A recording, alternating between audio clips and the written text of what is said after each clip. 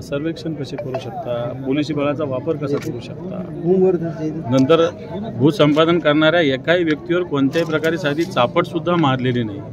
असं असताना पोलीस लाठीचार्ज का करतात? आणि मग काही लोकांनी 2-4 दगड मारले असेल तर तो इश्यू होतो, पण तुम्ही काठ्या मारलेल्या त्या कशा? लोकांचे डोके फोडले, 8-10 टाके पडले, त्याचं काय? वृद्ध, महिला, भगिनी यांना सुद्धा मोठ्या प्रमाणात मारहाण झाली, याचं काय?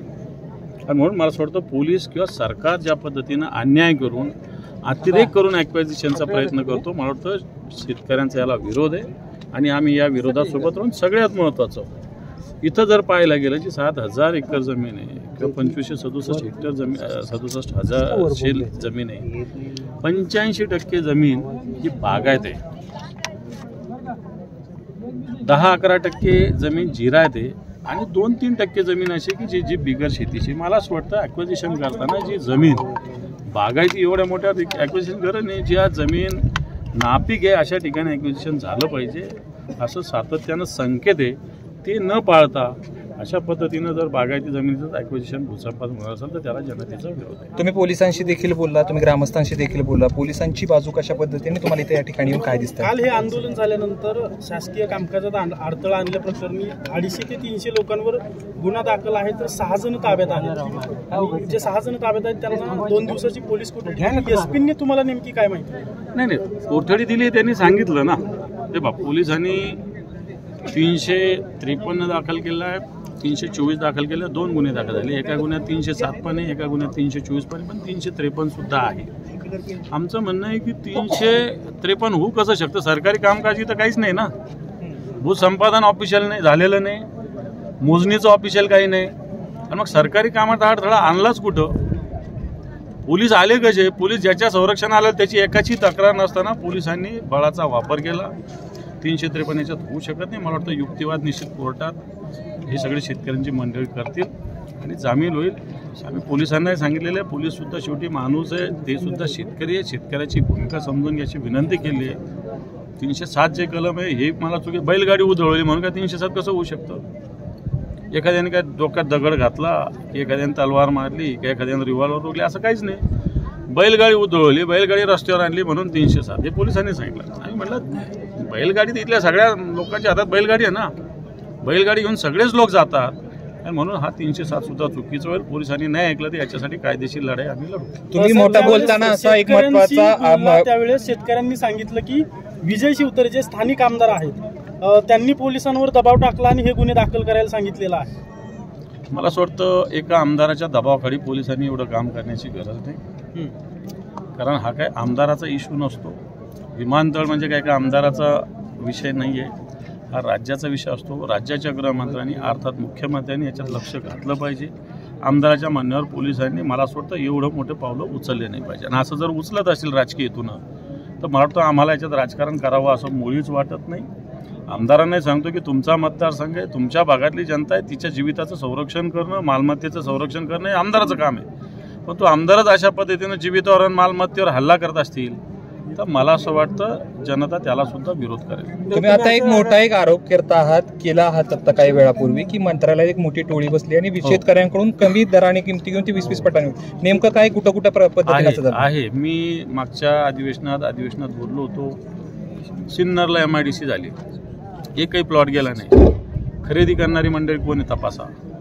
दिंडोरीला MIDC झाली, एकही प्लॉट गेला नाही. खरेदी करणारी कोण मंडळी तपासा. जालन्याला सिडको एक प्रोजेक्ट करतं, अजून काही झालं नाही. खरेदी करणारी मंडळी कोण बघा. आणि मला असं माझा आरोप आहे की त्याच्यातलेच काही मंडळी इकडं सुद्धा सहभागी. आता लोकांनी नाव सांगितलं, काही अग्रवाल आहे, राठी आहे, लोढा आहे, ते काही इकडचे आहेत का? इकडचे नाही आहे. आणि मला वाटतं अशी लॉबी मंत्रालयात बसलेली असती, ती भूसंपादन स्वस्तात शेतकऱ्यांकडून जमिनी घेणं आणि नंतर भूसंपादन करून ऑफिशियली महागामध्ये या जमिनीचा मोबदला मिळवणं, अशा पद्धतीनं काम करणारे लोक. राज्यात काही जरी झालं तरी विजय शिवतरेंची प्रतिक्रिया येत असते, मात्र त्यांच्या मतदारसंघात एवढं मोठं आंदोलन होतंय, लोकांवर गुन्हे दाखल झालेत, शेतकरी आणि पोलिसांच्यात चकमक झाली, तरी अजून देखील प्रतिक्रिया देत नाहीत. वाटतं याचा विचार तुम्ही केला पाहिजे, की जे काही गरज नसताना प्रतिक्रिया देत असतात, आता गरज असताना त्यांनी या भूमिकेची तुमची सहमती का विरोध हे स्पष्ट केलं पाहिजे ना. विमानतळ तुम्हाला पाहिजे असेल तर अशा पद्धतीनं लाठीमार्च केला पाहिजे का? लोकांवर गुन्हे दाखल केले पाहिजे का, जबरदस्ती केली पाहिजे का? हे सगळं पोलीस आणि जे शेतकरी आहेत त्यांच्यात चकमक झाल्यानंतर जिल्हाधिकाऱ्यांनी स्थगिती दिली. अगोदरच काळजी घेतली पाहिजे होती प्रशासनाने. घ्यायला पाहिजे होती. प्रशासनाला याचा अंदाज यायला पाहिजे होता की जनतेच्या भावना काय, जनतेशी मला वाटतं चर्चा केली पाहिजे. ठीक आहे, 8 दिवस 15 दिवस 20 दिवस 1 महिना उशीर झाला असं फरक काय पडतो? उद्या काय लगे इथलं वाहतुकीचा प्रश्न निर्माण झाला का, विमान नाही आलं तर इथलं काही सगळं बंद पडणार आहे का? अरे इथून 50-60 किलोमीटरवर बारामती आहे, तिथं विमानतळ आहे. इथून पुणे 40 किलोमीटरवर पुणे आहे. लगे विमानतळाचं थोडी इथं लगे एकदम गरज लगेच. तुम्ही म्हणला की मुख्यमंत्र्यांना भेटून तोडगा काढू, मात्र तुम्ही अजितदादांची जी बारामती आहे तिथं म्हणताय की ते विमानतळ मोठं करा, यासाठी अजित पवारांची भेट घेणार आहे का? अजित पवारांच्या भेटीचा काय संबंध? अजित पवार थोडी रद्द करणारे किंवा करणारे मुख्यमंत्रीच या राज्याचे. मुख्यमंत्र्यांना भेटू, मुख्यमंत्र्याला सांगू की आम्ही बारामतीचं एक्सपान्शन करा ना, पुरंदरला गरज काय?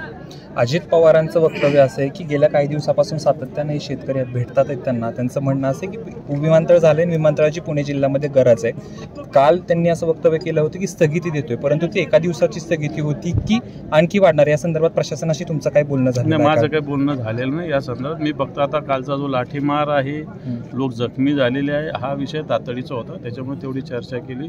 या संदर्भात माननीय उद्धवजी ठाकरे साहेबांनी आम्हाला सूचना केलेल्या होत्या की अशा ठिकाणी भेट द्या, सगळ्या जनतेचे प्रश्न जाणून घ्या, त्याच्याविषयी सरकारशी बोला. तर आम्ही तसं बोलूया. शेवटपर्यंत उभाटा गट या शेतकऱ्यांच्या पाठीमागे उभे राहणार? याला मला असं वाटतं आम्ही पहिल्यापासून आहे, याला राजकीय वळण देऊ नये. मी फक्त आमचाच पक्ष राहावा असं नाही, सगळ्या पक्षांनी याच्या सोबत आहे असं मी सगळ्यांना विनंती करेल. हा राजकीय अभिनिवेश नाही, या भागातील शेतकऱ्यांचा प्रश्न आहे, याला पक्षीय राजकारण. देश विदेशातील प्रत्येक घडामोडींचे लाईव्ह अपडेट मिळवण्यासाठी आता साम टीव्हीच्या सर्व सोशल मीडिया प्लॅटफॉर्मला लाईक, फॉलो आणि सबस्क्राईब करा. तसंच सर्व नोटिफिकेशनसाठी बेल आयकॉन प्रेस करायला विसरू नका.